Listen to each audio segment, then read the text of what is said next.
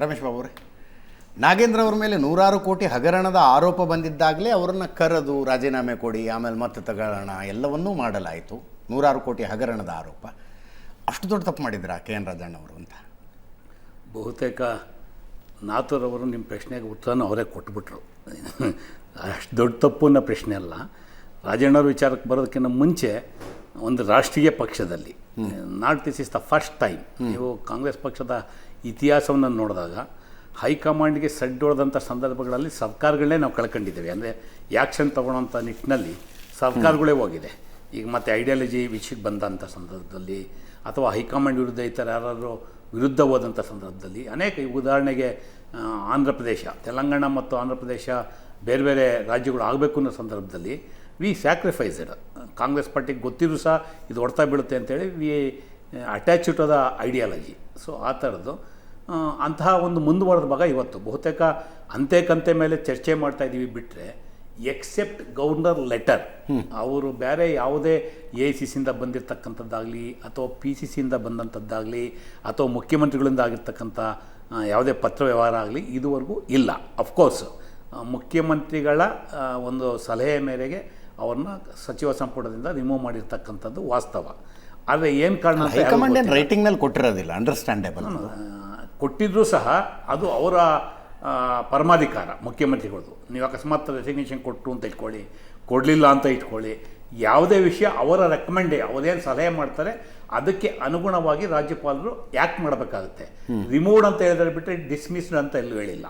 Okay, ಅದು ಒಂದು ಸ್ಪಷ್ಟವಾದಂಥ ಪದವನ್ನು ನಾವು ಹೇಳಬೇಕಾಗುತ್ತೆ. ಅಫ್ಕೋರ್ಸ್ ಏನು ವ್ಯತ್ಯಾಸ ಏನು ಅನಿಸುತ್ತೆ? ಡಿಸ್ಮಿಸ್ಡ್ ಅಂದರೆ ವಜಾ ಮಾಡಿರ್ತಕ್ಕಂಥದ್ದು, ರಿಮೂವ್ಡ್ ಅಂದರೆ ತೆಗೆದು ಹಾಕಲಾಗಿದೆ. ಅಲ್ಲ, ವ್ಯತ್ಯಾಸ ಅಂತಿಮ ರಿಸಲ್ಟ್ನಲ್ಲಿ ಏನು ವ್ಯತ್ಯಾಸ ಅಂತ? ಅಲ್ಲ, ರಿಸಲ್ಟ್ ಈಗ ನಾಳೆಯಿಂದ ಕೆ ಎನ್ ರಾಜಣ್ಣವ್ರು ಸಚಿವರಾಗಿ ಇರೋದಿಲ್ಲ, ಅಷ್ಟಂತೂ ಸತ್ಯ. ಒಳ್ಳೆ ಅವರಿಗೆ ಬೀಳ್ಕೊಡುಗೆ ಸಿಗಲಿಲ್ಲ ಅನ್ನೋ ಪದ ನೀವು ಬಳಸೋದು. ಅದು ಈ ದೇಶದಲ್ಲಿ ಧನ್ಕರ್ ವಿಷಯದಲ್ಲಿ ಏನಾಯಿತು ಅಂತ ಈ ದೇಶ ನೋಡಿದೆ.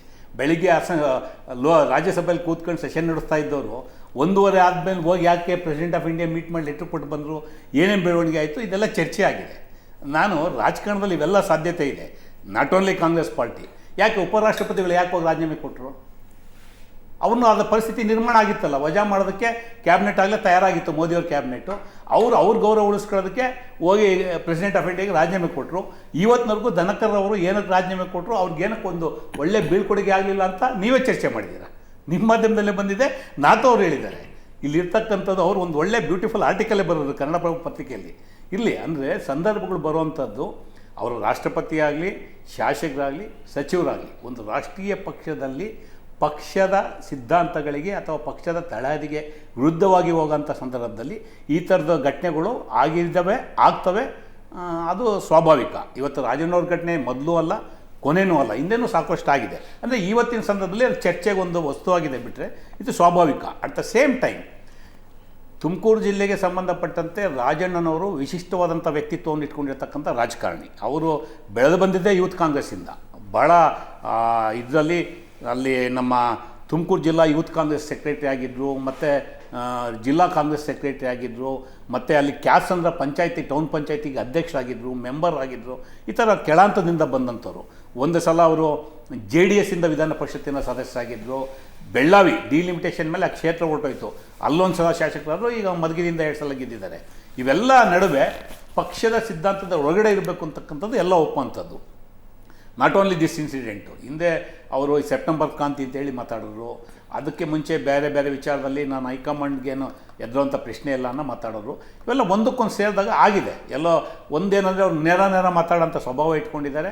ಅಫ್ಕೋರ್ಸ್ ನೀವು ಹೇಳ್ದಂಗೆ ಚರ್ಚೆ ಆಗ್ತಾ ಇರೋದು ಕಾಂಗ್ರೆಸ್ನಲ್ಲಿ ಬಣ ರಾಜಕಾರಣದ ಚರ್ಚೆ ಆಗ್ತಾ ಇರುವ ಸಂದರ್ಭದಲ್ಲಿ ಸಿದ್ದರಾಮಯ್ಯನವರ ಲೆಫ್ಟಿನೆಂಟ್ ಒಬ್ಬರನ್ನು ಪಕ್ಕಕ್ಕೆ ಸರಿಸಲಾಯಿತು ಅಂತ ನಾನು ಅದೇ ವಿಷಯಕ್ಕೆ ನಾನೇ ಬರ್ತಾ ಇದ್ದೆ ವಿಷಯಕ್ಕೆ. ಎಸ್, ಸರಿನೋ ತಪ್ಪೋ ರಾಜಣ್ಣವರು ಸಿದ್ದರಾಮಯ್ಯ ಜೊತೆ ಗುರುತಿಸ್ಕೊಂಡಿರ್ತಕ್ಕಂಥದ್ದು ವಾಸ್ತವ. ಅದನ್ನೇ ನಿರ್ಣಯ ಮಾತಿಲ್ಲ. ಬಟ್ ಅದೇನು ಬಣ ರಾಜಕೀಯ ಅಂತ ಅಲ್ಲ. ಅದಾದಮೇಲೆ ಅವರು DK ಶಿವಕುಮಾರ್ ಜೊತೆಲೂ ಸಾಕಷ್ಟು ಸಂಬಂಧಗಳು ಇಟ್ಕೊಂಡಿದ್ರು. ಸಹಕಾರಿ ಕ್ಷೇತ್ರದಲ್ಲಿ ಹೆಸರು ಮಾಡೋದ್ರಿಂದ ಬೇರೆ ಬೇರೆ ರೀತಿಯಲ್ಲಿ ಅವ್ರ ಜೊತೆ ಒಡನಾಟಗಳು ಇಟ್ಕೊಂಡಿದ್ರು. ಅದಾದಮೇಲೆ ಇಷ್ಟೆಲ್ಲ ಚರ್ಚೆಗಳ ಮಧ್ಯೆ ಪಾರ್ಟಿ ಮೀಟಿಂಗ್ ಆದಾಗ ಬಂದು ಪಾರ್ಟಿ ಮೀಟಿಂಗ್ ಅಟೆಂಡ್ ಮಾಡಿದ್ದಾರೆ. ಮತ್ತು ಪರಮೇಶ್ವರ್ ಅವ್ರ ಜೊತೆ ಒಳ್ಳೆಯ ಸಂಬಂಧ ಇಟ್ಕೊಂಡಿದ್ದಾರೆ. 2013-18 ಸಂದರ್ಭದಲ್ಲಿ ಪರಮೇಶ್ವರ್ ಅವ್ರನ್ನ ಅವರಷ್ಟು ಟೀಕೆ ಮಾಡೋರು ಯಾರೂ ಇಲ್ಲ. ಆದರೆ ಇವತ್ತು ಪರಮೇಶ್ವರ್ ಅವ್ರಿಗೂ ಭಾಳ ಅನೋನ್ಯವಾದಂಥ ಸಂಬಂಧಗಳಿದೆ.